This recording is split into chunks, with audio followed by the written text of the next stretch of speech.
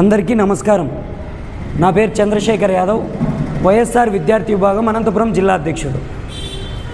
కూటమి ప్రభుత్వం ఏర్పడి 8 నెలలు గడిచి 9 నెలలకు చేరువవుతున్నా కూడా కూటమి ప్రభుత్వం నిత్యపు మోసపు హామీలు, మోసపు వాదనలు, మోసపు అబద్ధాలు అన్నీ సృష్టించుకుంటూ ఉన్నటువంటి నేపథ్యం ప్రస్తుతం ఉన్నటువంటి సమాజంలో మనం చూస్తున్నాం। ఒక గొప్ప మహానేత డాక్టర్ వైఎస్ రాజశేఖర్ రెడ్డి గారు చెప్తూ ఉండేవారు, ఒక ముని శాపం ఉంది। ఎవరికి? నారా చంద్రబాబు నాయుడికి ముని శాపం ఉంది। ఆ ముని శాపం వల్ల నారా చంద్రబాబు నాయుడు నిజాలు మాట్లాడితే ఆయన యొక్క తల 1000 ముక్కలవుతుంది అని చెప్పి ఆ రోజు దివంగత మహానేత వైఎస్ రాజశేఖర్ రెడ్డి గారు చెప్పారు అసెంబ్లీ సాక్షిగా। అది నిజమేనేమో అనిపిస్తుంది। కూటమి ప్రభుత్వంలో వాళ్ళు ఇచ్చిన మేనిఫెస్టోలో ఏదైతే ఉందో ఆ హామీలు అమలు నెరవేర్చడంలో ప్రతి దాంట్లో కూడా వాళ్ళు వెనకంజలోనే ఉన్నారు। దాన్ని అమలు చేయలేక అటువంటి యొక్క పథకాన్ని జనాల్లోకి ఎట్లా తీసుకెళ్తారో ప్రతిపక్షమని ప్రతి దాంట్లో డైవర్షన్ పాలిటిక్స్ని స్టార్ట్ చేసింది। ఏమని?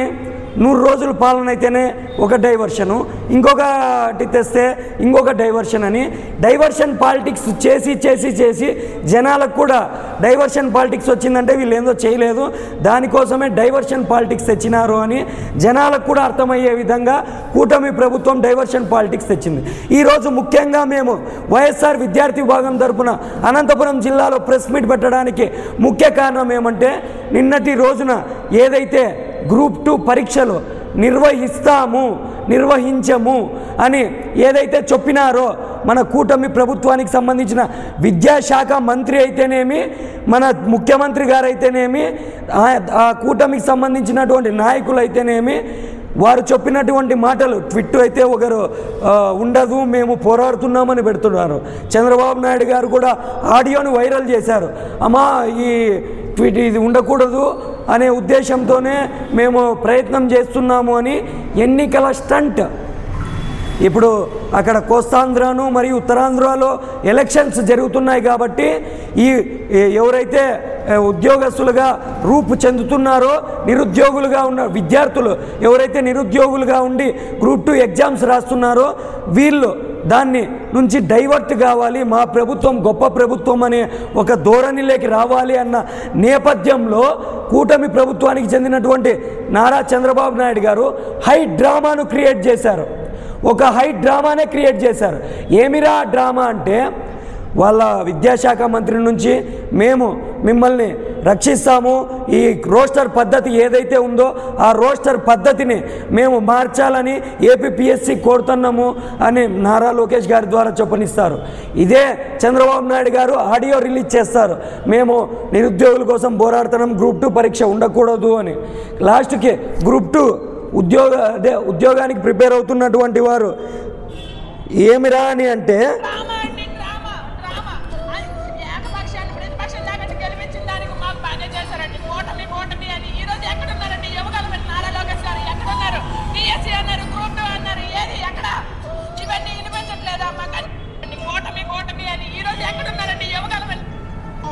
చెప్పుతో ఎవరైతే ఆ కూటమి ప్రభుత్వాన్ని మేము మాయమాటలు నమ్మి ఏదైతే ప్రతి సంవత్సరం జాబ్ క్యాలెండర్ ఇస్తానని చెప్పి మమ్మల్ని మోసం చేశారో ఆ కూటమి ప్రభుత్వానికి ఓటు వేసినందుకు మేము చెప్పుతో కొట్టుకుంటున్నామని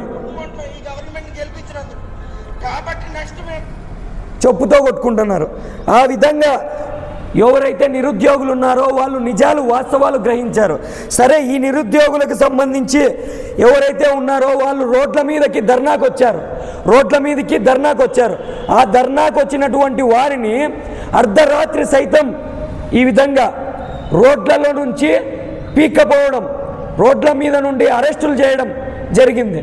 ఈ ఒక్క సాక్షి పేపరే కాదు, అనేక పేపర్లలో గ్రూప్ 2 పరీక్ష, ప్రజాశక్తి గ్రూప్ 2 పరీక్ష నేడే, విద్యార్థులు ఏపీపీఎస్సీ ప్రకటన బగ్గుమన్న నిరుద్యోగులు, విశాఖలో పలు చోట్ల నిరసనలు, ప్రభుత్వ వైఖరితో గందరగోళం, గ్రాడ్యుయేట్ ఎన్నికల లబ్ధి కోసమే ఇది స్టంట్ చేస్తున్నారు అని అనేక పత్రికలు కోడై కూసాయి। ఎందుకు?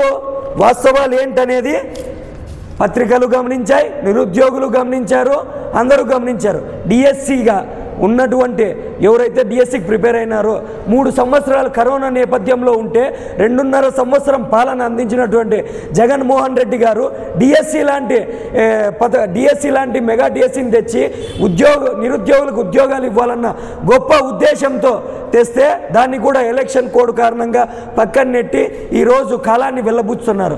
నేను ముఖ్యంగా ఏం చెప్పదలుచుకున్నానంటే చంద్రబాబు నాయుడు గారికి నిరుద్యోగులకి ఉద్యోగాలు ఇవ్వాలన్నటువంటిది లేదు. కాంట్రాక్ట్ పద్ధతిని తెచ్చిండేది చంద్రబాబు నాయుడు గారే, థర్డ్ పార్టీ ఏజెన్సీలకు తెచ్చిండేది చంద్రబాబు నాయుడు గారే. ఉద్యోగులను రెగ్యులర్ ఉద్యోగులుగా చేయాలి అన్నటువంటి కోణం చంద్రబాబు నాయుడు గారికి లేదు. ఇది ముందు నుంచే ఉన్నటువంటిది పద్ధతి. ఈ పద్ధతి అనేది ప్రతి ఒక్కరికి తేట తెల్లమయ్యింది. ఈ వైన్ షాపు విషయంలోనైతేనేమి 18,000 మంది ఉద్యోగులకు ప్రైవేట్ కంపెనీలతో టైఅప్ అయ్యి ఉద్యోగాలు ఎందుకు చూపలేకపోయినారు? గవర్నమెంట్ తరఫున మీరు ఇవ్వలేరు. వైఎస్ఆర్ కాంగ్రెస్ పార్టీ జాబ్ మేళా నిర్వహించింది. గతంలో జాబ్ మేళా నిర్వహించి అనేక వేల మందికి ఉద్యోగాలు చూపించారు. అదేవిధంగా మీరు ఎందుకు ఉద్యోగాలకు కల్పించలేకపోయారు? గవర్నమెంట్ తరఫున ఇవ్వకపోతే వాలంటీర్లకి మాటలు చెప్పి మేము ఇస్తామని చెప్పి మాటలు ఈరోజు వాలంటీర్లను పక్కన పెట్టిన నేపథ్యం మనకు గమనిస్తుంది. ఉద్యోగాలను మోసం చేయాలి, నిరుద్యోగులను మోసం చేయాలి అన్న సదుద్దేశంతోనే చంద్రబాబు నాయుడు గారి కూటమి ప్రభుత్వం ముందుకు అడుగులేస్తుందని, ఈ కూటమి ప్రభుత్వం అడుగులని నిరుద్యోగులు గమనిస్తున్నారని వైఎస్ఆర్ విద్యార్థి విభాగం తరపున మేము ఒకటే హెచ్చరిస్తున్నాం. మీరు తీరు మార్చుకొని ఉద్యోగులు ఎవరైతే ఉన్నారో వాళ్ళని నిరుద్యోగులు ఎవరైతే ఉన్నారో వాళ్ళని ఉద్యోగులుగా తీర్చిదిద్దండి. కానీ మీరు ఇలాంటి మోసకారు అయినటువంటి కబుర్లు చెప్పొద్దండి. ఏపీపీఎస్సీ చైర్మన్ని కూడా మీరే ఎంపిక చేశారు. అటువంటి ఏపీపీఎస్సీ చైర్మన్కి కూడా మీరే లెటర్ రాస్తే ఈరోజు స్పందించలేదన్న డ్రామా అనేది ప్రతి ఒక్కరు గమనించారు. దయచేసి మీ పద్ధతిని మార్చుకోవాలని మేము వైఎస్ఆర్ విద్యార్థి విభాగం తరపున అనంతపురం జిల్లా కమిటీ తరపున మేము తెలియజేసుకుంటున్నాం. అందరికీ నమస్కారం. రాష్ట్రంలో గ్రూప్ 2 ఎగ్జామ్స్ని వాయిదా వేస్తామని నారా లోకేష్ ట్వీట్ చేశాడు. అదేవిధంగా ఆయన తండ్రి ఎగ్జామ్స్ ఉంటాయని ఆడియో రిలీజ్ చేశారు. తండ్రి ఒక మాట, కొడుకు ఒక మాట చెప్పుకుంటూ ఈరోజు అక్కడ ఎన్నికలు జరుగుతూ ఉంటే అక్కడ ఉన్నటువంటి ప్రజలను అధోగతం చేయాలి, వాళ్ళను అక్కడ కన్ఫ్యూజ్ చేసి ఓట్లను లాక్కోవాలనే ఒకటి దురుద్దేశంతో చంద్రబాబు నాయుడు గారు ఉన్నారు. అదేవిధంగా ఇంటికి ఒక ఉద్యోగం ఇస్తానని 5 ఏళ్లలో 20 లక్షల ఉద్యోగం ఇస్తానని వాగ్దానం చేసి చంద్రబాబు నాయుడు గారు అధికారంలోకి వచ్చారు. ఇంకా 3 నెలలు పోతే సంవత్సరం కానుంది. ఎన్ని లక్షల ఉద్యోగాలు ఇచ్చావు? 4 లక్షల ఉద్యోగాలు ఈ సంవత్సరంలో నువ్వు ఇచ్చావయ్యా నేను అడుగుతా ఉన్నాను.